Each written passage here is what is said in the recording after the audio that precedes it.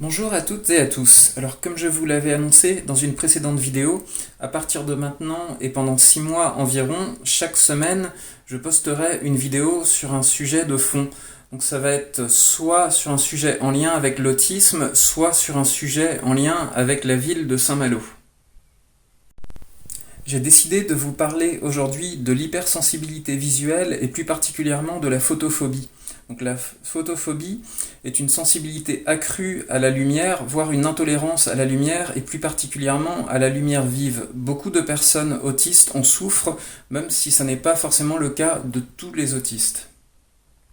Les personnes souffrant de photophobie peuvent se retrouver très facilement gênées, voire se sentir agressées dans un environnement lumineux. Pour cette raison, beaucoup d'entre elles vont porter des lunettes, même en intérieur ou par temps couvert, comme moi ici. Alors, c'est le cas pour beaucoup de personnes autistes. On peut voir notamment ça dans les interventions de Stéphanie Bonneau-Briet, donc même dans ses conférences dans des endroits couverts comme des amphithéâtres, elle porte ses lunettes de soleil. Le seul bon côté des choses, c'est que c'est un petit peu la classe, ça donne quand même un petit côté Matrix. Mais bon, ça peut être mal perçu, voire vu comme bizarre par certaines personnes. Je vais maintenant vous donner quelques exemples concrets de situations dans lesquelles la photophobie m'a posé problème, notamment lors de l'aménagement dans mon nouveau logement. L'une des premières choses que j'ai faites en arrivant à Saint-Malo est d'acheter les 2 lampes que vous avez ici, afin de créer un environnement avec une lumière tamisée. Donc vous allez dire qu'une lumière tamisée est parfait pour créer une ambiance romantique, au cas où je dois inviter une gente demoiselle chez moi.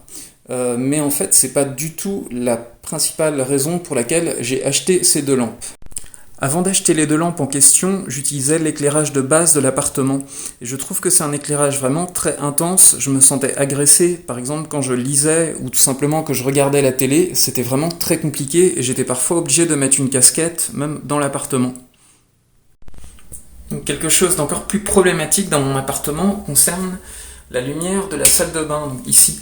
Je trouve que cette lumière blanche est vraiment très agressive. Alors je sais que beaucoup de personnes utilisent ce type de lumière, notamment quand ils font leur toilette ou autre. Moi je préfère vraiment largement la lumière basique de l'appartement par rapport à ça.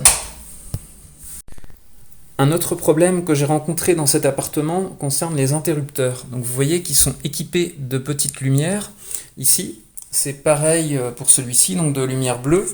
Alors là, nous sommes dans le salon et ça ne pose pas vraiment de problème. Par contre, dans la chambre, c'est très problématique parce que beaucoup de personnes qui sont atteintes de photophobie ont besoin d'une noire totale pour dormir, ou en tout cas d'une ambiance très sombre. Donc ce que j'ai fait, c'est que pour certains interrupteurs, j'ai dû mettre un papier dessus et ensuite utiliser un livre pour le couvrir.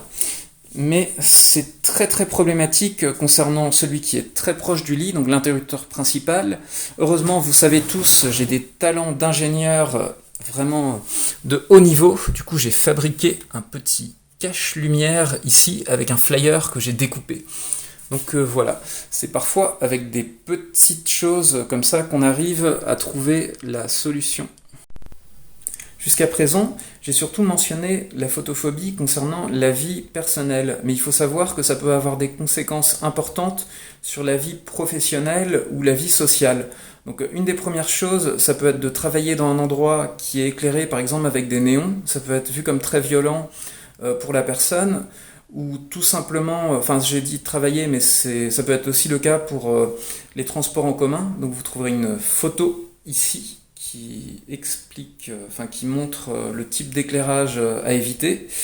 Et de l'autre côté, vous allez trouver une photo d'un éclairage qui peut être très gênant dans la vie plutôt sociale. Donc ça veut dire que parfois on peut sortir dans un endroit, les autres personnes vont trouver qu'un éclairage intense est très bien pour l'ambiance ou autre, mais pour les personnes atteintes de photophobie, ça peut être très compliqué. J'ai beaucoup parlé des problèmes liés à la photophobie. Maintenant, quelles sont les solutions? Alors la première, c'est simple, j'en ai parlé au début de la vidéo, donc Matrix, voilà, donc il suffit tout simplement de laisser les personnes qui ont certaines problématiques porter par exemple des lunettes de soleil même au travail ou en intérieur.